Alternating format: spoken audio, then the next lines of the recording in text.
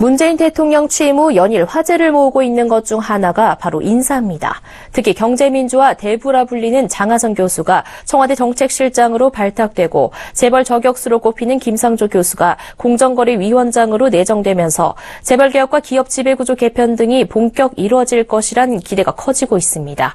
이 지배구조가 개편되면 그동안 취약했던 지배구조로 저평가된 기업들의 주가가 오르고 우리 증시가 더 활기를 띨 것이란 전망도 나옵니다.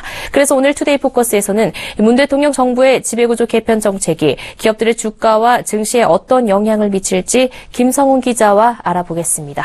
안녕하세요. 네, 안녕하세요. 네, 문재인 대통령이 후보 시절부터 강력하게 언급해온 공약 중 하나가 바로 경제민주화인데요.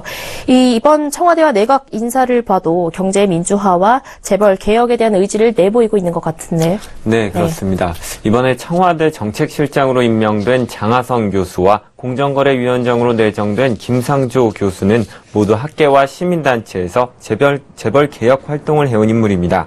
장 실장과 김 내정자가 함께한 대표적인 재벌 개혁 운동으로 소액주주 운동이 있는데, 소액주주 운동이란 주주 자격으로 주주 총회에 참석해 대기업의 경영과 지배구조를 감독하는 겁니다. 장 실장은 소액주주 자격으로 지난 1997년 3월 제1은행 주주총회에서 경영진의 부실 경영 책임을 물었고, 김 내정자는 지난 2004년 삼성전자 주주총회에 참석해 윤종용 당시 삼성전자 부회장과 논쟁을 벌이기도 했습니다. 올해 대선에서 두 사람의 조언으로 탄생한 공약들도 서로 비슷했는데, 대표적으로 대기업 지배구조 개선, 일감 몰아주기 등 불공정 행위 견제, 대기업 소유의 금융회사에 대한 규제 강화 등이 있습니다. 네, 하지만 아무리 좋은 의도로 시작된 재벌 개혁이라 하더라도 경우에 따라선 기업들의 경제활동을 좀 주춤하게 만들거나 증시에 악영향을 줄 수도 있을 것 같은데요. 네, 그럴 가능성이 전혀 없는 것은 아니지만 정치권에서는 장 실장과 김 내정자가 일방적으로 경제민주화 법안과 과도한 규제를 강요하기보다는 현행 법률을 실효성 있게 유지하면서 기업에 기회를 주는 방향으로 정책을 시행해 나갈 것으로 예상하고 있습니다. 실제로 장 실장은 과거 인터뷰를 통해 재벌들에게 자발적으로 변화할 기회를 주고 진행 상황에 따라서 정부가 개입하는 것이 오히려 더 효과적이라며, 칼은 칼집에 있을 때 무서운 것이다. 칼을 빼면 칼을 쥔 사람이 더 어려운 입장에 있는 것이라고 설명한 바 있습니다. 김 내정자도 재벌 해체란 말을 꺼낸 적은 단 한 번도 없다며 정부와 정치권이 주도하는 재벌 때리기에 부정적인 의견을 밝혔습니다. 다만 삼성이나 SK, LG, 현대차 등 경제력이 집중되는 4대 그룹에 대해서는 보다 엄격한 규제를 적용할 계획입니다. 두 사람의 온건한 개혁 기조에 처음엔 재벌 개혁 공약에 긴장했던 투자자들도 이번 문재인 대통령의 인사를 반기는 분위기입니다. 기업이 낙후된 지배구조를 바꾸고 보다 효율적이고 투명한 조직으로 변화할 경우 기업 가치가 높아져서 기업과 투자자 모두에게 이득이 될 수 있기 때문입니다. 네, 그렇다면 이번 지배구조 개혁으로 재평가를 받을 만한 곳으로 손꼽히는 기업은 어딘가요? 네, 취약한 지배구조로 평가가 좋지 않았던 CJ와 효성, 신세계, 현대백화점 등이 지배구조 개선으로 재평가를 받을 것으로 예상되는데요.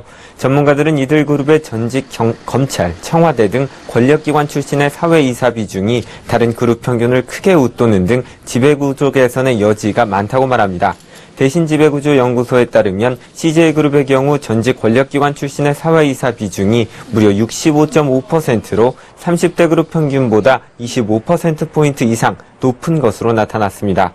CJ그룹 등은 자산 가치가 높은 상장 계열사를 보유하고 있기 때문에 지배구조가 일단 개선되면 기업 가치 재평가와 함께 주가도 더 오를 수 있다는 것이 전문가들의 설명입니다. 실제로 지배구조 개편에 대한 기대감으로 CJ 주가는 오늘 0.96% 올랐고 효성도 4.95% 급증했습니다. 네, 현대차 그룹도 순환 출자 문제 때문에 지배구조 개선 대상의 1순위로 꼽히고 있다고요? 맞습니다. 김상조 공정거래위원장 내정자도 현재 순환 출자 문제가 되고 있는 것은 사실상 현대차 그룹 한 곳뿐이라고 말했듯이, 현대차 그룹은 현재 현대모비스, 현대차, 기아차, 현대모비스로 이어지는 순환 출자 구조를 띠고 있습니다. 현대차 그룹이 이 같은 구조를 풀기 위해서는 지주회사 체제로 전환할 수밖에 없지만 여기에는 5조 원이 넘는 막대한 자금이 들어갑니다. 하지만 시장은 이미 5조 원의 비용보다 지배구조 개편으로 높아질 기업 가치에 기대를 걸고 있습니다. 현대차그룹 지주회사 전환설이 대두되면서 상장 계열사 중 현대차의 주가는 지난 15일부터 4일 만에 10% 넘게 올랐습니다. 현대차그룹은 공시를 통해 지주사 전환설을 공식 부인했지만 현대차 주가는 오늘도 현대차 우 기준 0.96% 올랐습니다. 새 정부의 정책이 기업들의 주가에 미칠 영향에 대해 김성훈 기자와 이야기 나눠봤습니다. 오늘 말씀 고맙습니다. 감사합니다.